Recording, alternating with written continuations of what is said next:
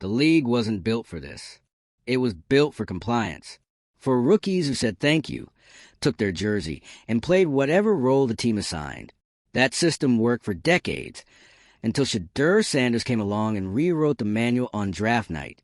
He didn't just make a choice. He made a statement. And now the NFL is struggling to hold the line. By refusing offers from the Ravens, Eagles, and Browns, Shedeur triggered a league-wide panic that has executives sweating through their suits. The draft isn't supposed to be optional. It's the cornerstone of the NFL's control. Franchises decide. Players fall in line. But when a top prospect declines multiple teams and publicly asserts his right to choose a better fit, that's not just a curveball. That's a direct hit on the league's foundation.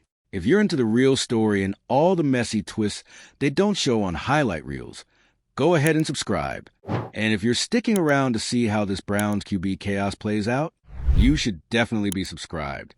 And the man who delivered the blow wasn't Shedeur himself. It was Cam Newton, who revealed the entire drama in one casually dropped bombshell. Newton didn't hide his admiration for the move. He framed it as calculated, professional, and long overdue. This wasn't entitlement. It was evolution. Shedeur's logic was simple. Why sign with a team where he'd sit behind an entrenched star? Why accept a role with no path to growth, just because tradition says he should? Instead, he held out, looked for a better opportunity, prioritized fit over formality. The result? NFL owners now face a dangerous precedent. A player who treated the draft like a negotiation, not a mandate. And that precedent could catch fire, because Shedeur isn't a one-off. He's a product of a culture shift led by players like Deion Sanders, who also happens to be his father, and Cam Newton, both of whom carved careers on their own terms. This isn't about ego. It's about leverage, about turning talent into influence, and influence into autonomy. If it works, it changes everything. Of course, not everyone sees it that way. Inside league offices, the backlash is real. Quiet phone calls, backdoor meetings, whisper campaigns about Sanders being difficult or not a team guy. The same tactics used for years to suppress outspoken talent. But this time, the old tricks might not work. The truth is, Shedeur Sanders has already made history, not by playing, but by refusing to play their game. And along with the NFL resists what's coming, the heart of the crash will be when more players decide they're not just assets. They're architects. This isn't a trend. It's a warning. The draft isn't sacred anymore. And Shedeur Sanders just proved it. It was supposed to be a routine draft night. Prospects waiting for the call. Teams making their picks. Cameras capturing those tearful, made-for-TV moments when dreams become reality. But when Cam Newton dropped his bombshell about Shedeur Sanders, everything changed. Cam didn't mince words. He revealed that Shedeur Sanders rejected offers from 3 major NFL teams, the Baltimore Ravens, Philadelphia Eagles, and Cleveland Browns. Not because of money, not because of fear, but because Shedeur didn't want to play by the NFL's outdated script. He refused to be cast in the traditional rookie role, silent, sidelined, and submissive. This wasn't a stunt. It wasn't ego. It was a statement. Shedeur's decision threw NFL owners into a full-blown panic. Because for decades they've held the reins, dictating terms, controlling careers, and expecting rookies to accept whatever role they're handed. Especially quarterbacks. Especially young black quarterbacks. But Shedeur, he chose not to play along. And now the league is shook. Let's break this down. Shedeur was presented with opportunities from 3 different franchises. 3 chances to say yes, sign the dotted line, and fall in line behind established QBs. That's the path rookies are supposed to take, right? Sit behind the starter, stay humble, learn in silence, and wait. Wait for an injury. Wait for a meltdown. Wait for someone else's failure to become your window. But Shedeur looked at those offers and saw nothing but a dead end. Baltimore already has Lamar Jackson, a reigning MVP, a superstar the franchise is built around. There's no open competition, no path to play. Same with the Eagles. Jalen Hurts is their guy. He's the face of the team, the marketing darling, the system quarterback they believe in. In both cases, Shedeur would have been signing up to be invisible, used, not developed. Then there's Cleveland, The Browns have been a revolving door of quarterback chaos. They don't have a clear path forward, but they do have a reputation for destroying young talent. That's not an opportunity. It's a liability. And Shadur knows it. So what did he do? He walked away. Respectfully. Strategically. He said, I'm not just going to be another name on a depth chart. I'm not going to let you control my future before I've even stepped on the field. That single decision, backed by Cam Newton's public confirmation, exposed a quiet power struggle that's been simmering beneath the surface of the NFL for years. The battle between players asserting agency and the league trying to preserve its rigid hierarchy. And make no mistake, NFL owners are furious. Because Shadur's move threatens everything they've built. If one high-profile rookie can say no, others might follow. The entire draft culture starts to unravel. Suddenly, players aren't just waiting to be picked. They're negotiating, selecting teams as much as being selected. For owners, this is a nightmare scenario because they rely on control, on tradition, on a system where rookies are treated like replaceable parts, not empowered professionals. And Shadur just tore that illusion apart. Let's talk about Cam Newton for a second, a former MVP, a player who knows the league inside and out. He didn't just reveal what Shadur did. He defended it. He called it smart, strategic, a move based on respect for the game, not defiance. That's a key distinction. Because the backlash has already started. Whispers of arrogance, comments about entitlement. But those narratives fall apart when you look at the reality. Shadur isn't ducking competition. He's dodging career sabotage. The NFL has a long history of throwing young QBs into unwinnable situations. Or worse, burying them behind untouchable veterans with no path to development. It's a silent career killer. You don't fail because you're not good. You fail because you never get a real shot. Shadur's saying, not me, not this time. It's not just about where he goes. It's about how he goes. On what terms, in what system, with what level of support. And if none of those things line up, he's not afraid to wait. That's power. That's what makes this moment so explosive. Because for the NFL, the draft isn't supposed to be a negotiation.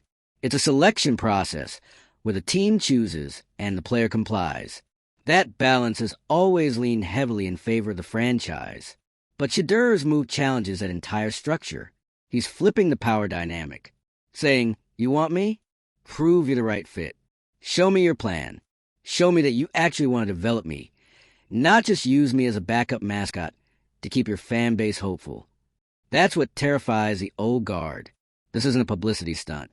It's a calculated, deliberate shift, one backed by his father, Deion Sanders, an NFL legend who's never been shy about challenging the status quo. You can feel Prime's influence here, the emphasis on respect, on legacy, on knowing your worth and protecting your future. And Shadur, he's not loud about it. He's not blasting teams or causing drama. He's calm, controlled, clear about what he wants. And that's what makes his stance even more powerful. He's not burning bridges. He's refusing to cross ones that lead nowhere. Let's be honest. If Shadur were any other player, this might have flown under the radar. But his last name, his stats, his visibility, all of it makes this a defining moment. A statement that goes beyond one draft and cuts to the heart of how this league treats its young stars. Because this isn't just about Shadur's career. It's about what kind of league the NFL wants to be. One where rookies have a voice, or one where they're expected to smile for the cameras and keep quiet. Right now, Shadur is the face of something bigger. A rebellion? Maybe. A revolution? Possibly. A realignment of power between players and teams? That's already happening. Whether he ends up a Pro Bowl QB or not, this moment matters. Because it signals to every young athlete watching that you don't have to accept a bad deal just because it's traditional. You can be patient. You can be principled. You can plan your path without letting the league railroad it. Of course, there's risk. If Shadur struggles down the line, you better believe the league will use it as a cautionary tale. See what happens when rookies try to play hardball. That narrative is locked and loaded. But if he succeeds, if he finds the right fit and thrives, then this becomes the blueprint. And that's what the owners fear most. Not just one player making waves, but an entire generation of players demanding control. The league can't unhear what Cam said. It can't ignore what Shadur did. And it definitely can't pretend like this is just another draft day decision, because this wasn't a draft pick. It was a power move. And now, all eyes are on what happens next. So what do you think? Trailblazer or troublemaker? Is Shadur Sanders rewriting the rules, or just skipping steps? Drop your thoughts in the comments and hit that subscribe button if you want more unfiltered breakdowns of the biggest shakeups in sports and celebrity culture. Because when the old guard starts to crack, we'll be right here to cover every snap of it. When Shadur Sanders said no on draft night, it wasn't just a private decision. It was a direct challenge to the NFL's sacred playbook. 3 teams, 3 rejections, 1 message: you don't get to define my worth. And that message? It landed like a punch to the chest of the NFL's power structure. Because what Cam Newton revealed wasn't some behind-the-scenes gossip. It was a spotlight.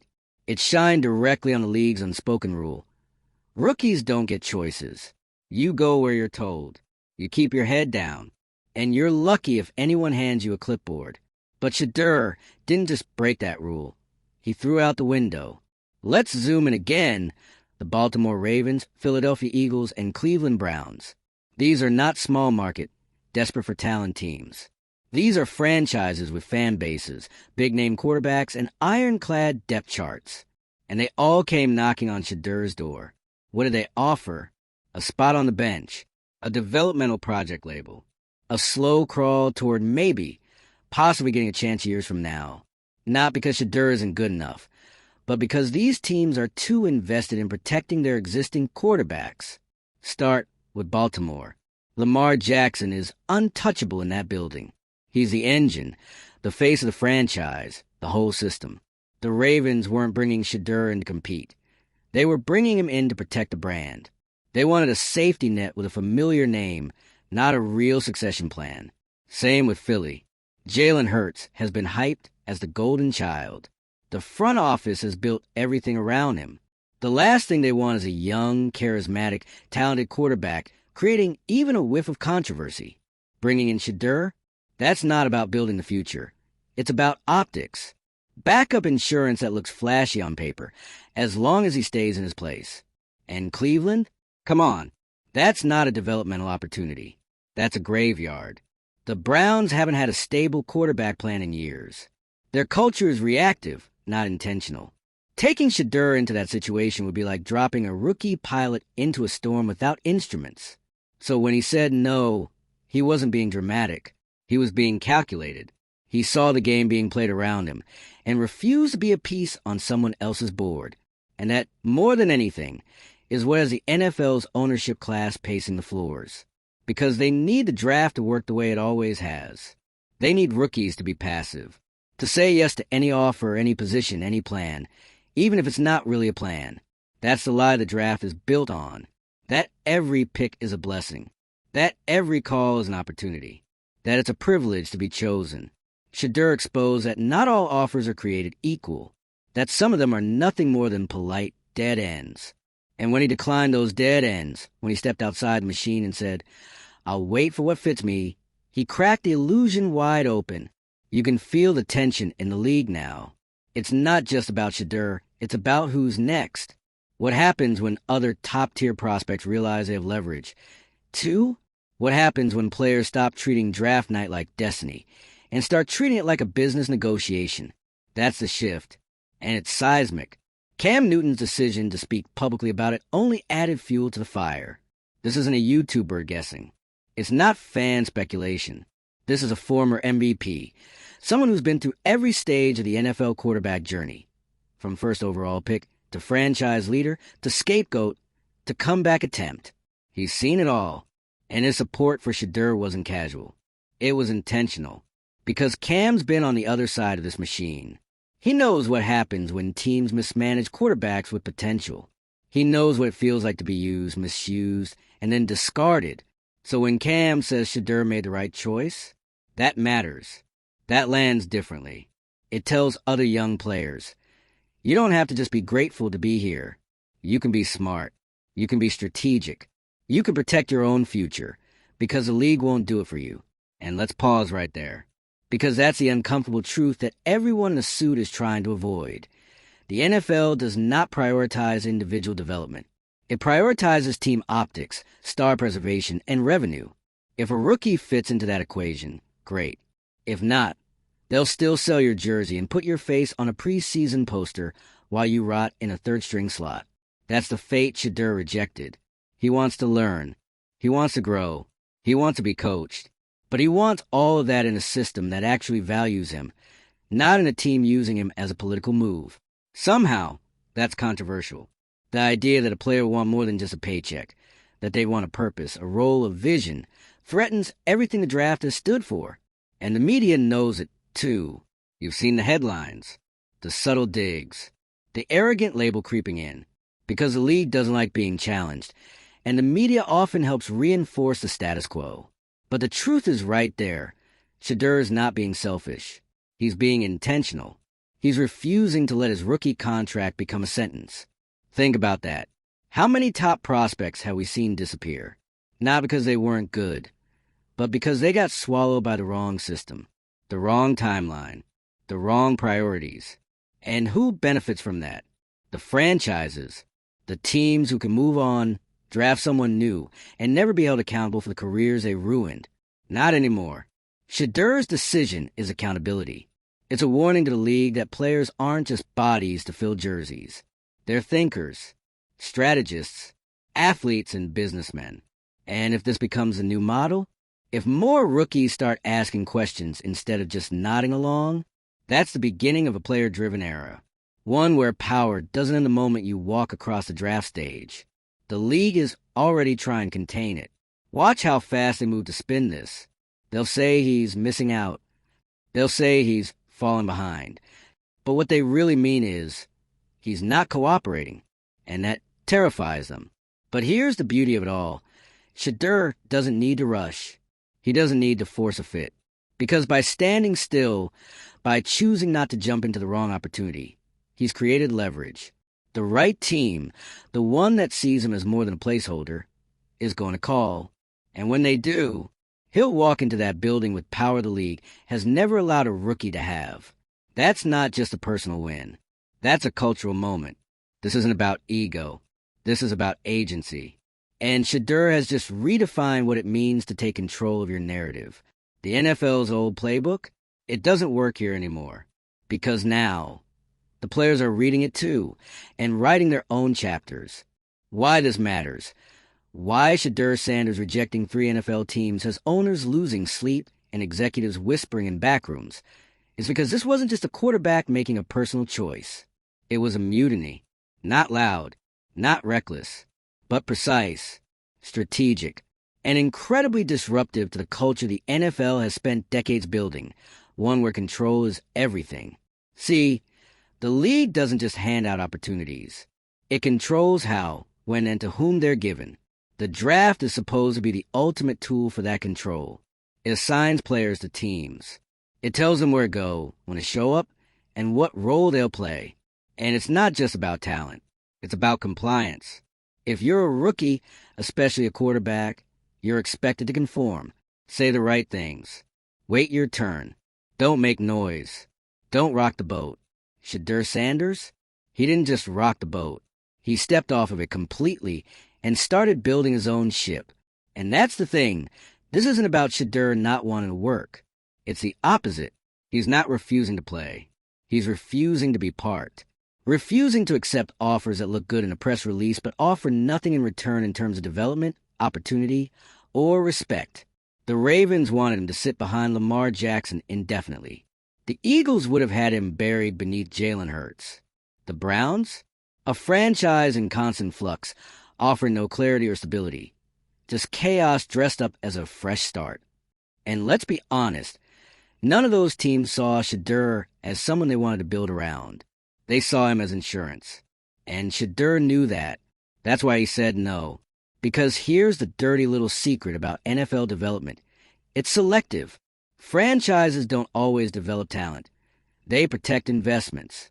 If a team has already paid big for a starting quarterback, they're not about to let some hotshot rookie come in and start lighting up practice. That creates headlines.